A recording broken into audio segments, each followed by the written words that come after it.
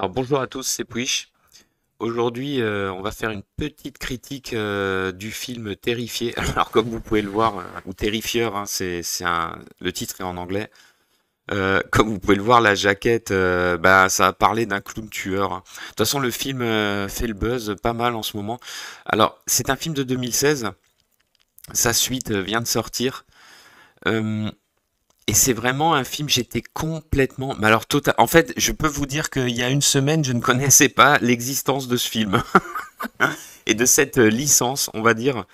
Parce qu'il y a une suite là qui va sortir, je vous ferai aussi la critique qui est hallucinante. Alors, c'est un film d'horreur, un pur slasher gore, j'ai envie de dire à l'ancienne. Vraiment à l'ancienne. Si vous en avez marre des Halloween, des films tout pourris qui nous sortent ces dernières années là, bah, vous pouvez foncer sur celui-là. Alors même si il a déjà 6 ans, ça c'est vrai, mais c'est vraiment un très bon film, un très bon slasher. Alors c'est réalisé par Damien Léon, le mec inconnu au bataillon. J'avais jamais entendu parler de lui. Par contre, je peux vous dire que c'est un solide artisan du gros gore qui tâche. Parce que si vous voulez, ce film-là, il met en scène un nouveau boogeyman, quoi, on va dire, c'est Art le clown, hein. Alors dans le premier film, on le verra comme ça, s'habiller, se maquiller. Il prononcera pas un mot. Il a cette espèce de costume qui fait, il a cette espèce de gueule dégueulasse qui fait peur quand même, hein. Eh ben c'est un véritable psychopathe. Donc il est joué par David Howard Thornton. Excusez-moi pour la prononciation. Désolé David. Euh, le mec, il est à fond dans le rôle, hein. Il prend des postures, des mimiques un peu de clown. Il est tour à tour un petit peu amusant, mais juste un petit peu, hein, parce que franchement, le film est quand même ultra glauque. Il sera tour à tour un peu amusant comme ça, mais surtout, il sera très inquiétant. Alors, de quoi ça parle? Ben, c'est vrai que ça peut être un des défauts du film. Alors, le film est très court, hein, il dure 1h24. Il y a quasiment pas de scénario. En fait, on va suivre, c'est assez rigolo, on va suivre deux meufs bourrées qui sortent de soirée à 4 heures du matin aux États-Unis. Elles veulent rentrer chez elles. Seulement, elles vont croiser le chemin de Art le clown. Et ben, il va se mettre en tête de les tourmenter, hein, et de les massacrer. Et voilà, c'est à peu près tout. Elles vont trouver refuge dans un immeuble juste à côté de là où elles sont garées. Parce que bien évidemment, leur voiture va tomber en panne, elle va se retrouver avec les pneus crevés, hein. Suivez mon regard qui a crevé les pneus. Et dans cet immeuble désaffecté, qui est dégueulasse d'ailleurs, il y aura toute une série de personnages qui vont soit venir, soit... En fait, tous les personnages du film vont, vont venir pour se faire trucider, hein, à l'instar des slashers classiques, hein. Alors, ce qui est appréciable quand même dans le film, c'est que vraiment, c'est un très petit budget. Mais alors le paquet vraiment a été mis sur la violence et le gore du film et les meurtres. Ça, faut avouer que Monsieur Damien Léon nous a gâtés pour ce film, hein, parce que je peux vous dire que c'est ultra gore, ultra sanglant.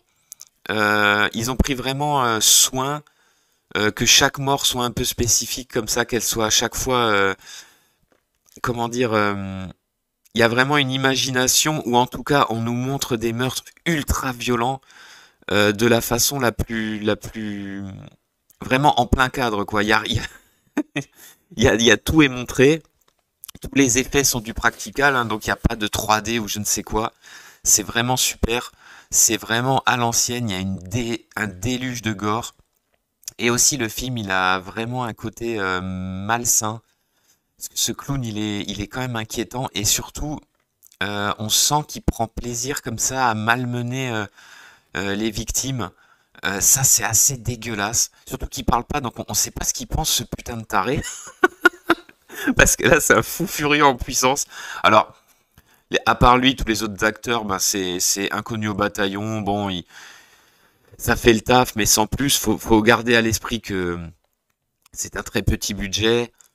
C'est un film comme ça, sorti dans l'anonymat total. Moi, je vous dis, c'est mon ami Reigns qui m'en a parlé, j'en avais jamais entendu parler. D'ailleurs, je vous conseille, il a aussi fait des critiques de ce film et de sa suite, hein. Je vous conseille d'aller les voir sur sa chaîne, hein. D'ailleurs, très bonne chaîne au passage.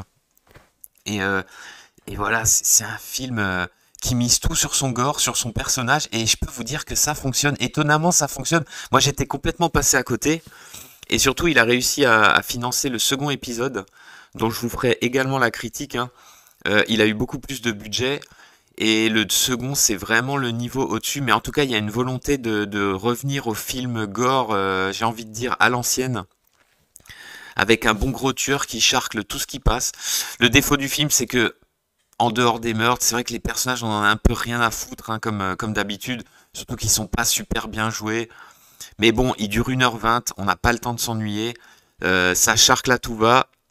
Il y a des meurtres ignobles, hein. Il y a une gonzesse qui se fait scier en deux, mais c'est avec moult détails, c'est assez dégueulasse. Et surtout, c'est surtout ce clown-là qui donne vraiment un côté malsain à la chose. Le film est assez dark, hein, en fait, hein. Il a un côté crade et dark, on sent il prend vraiment plaisir à malmener ses victimes. Il y a une espèce d'envie de violence comme ça, c'est vraiment crade. Et alors moi, ce que j'ai beaucoup aimé dans ce film, c'est la fin du film, parce que la fin est très étonnante. Et on se pose des questions quant à la nature même de ce clown. Je peux pas vous en dire plus, hein. Franchement, regardez ce film, c'est vraiment une bonne surprise. Si vous aimez les films, les slashers, les films d'horreur, foncez dessus. Comme j'avais dit pour The Sadness, on dit souvent, oui, le film est ultra violent, à tort. Mais là, je peux vous dire que le film est ultra violent. Je garantis. De toute façon, rien qu'au screen que je vais mettre, voilà, il y a pas de discussion possible. Donc une super surprise, un réalisateur à suivre, et puis je vous dis à plus pour de prochaines critiques.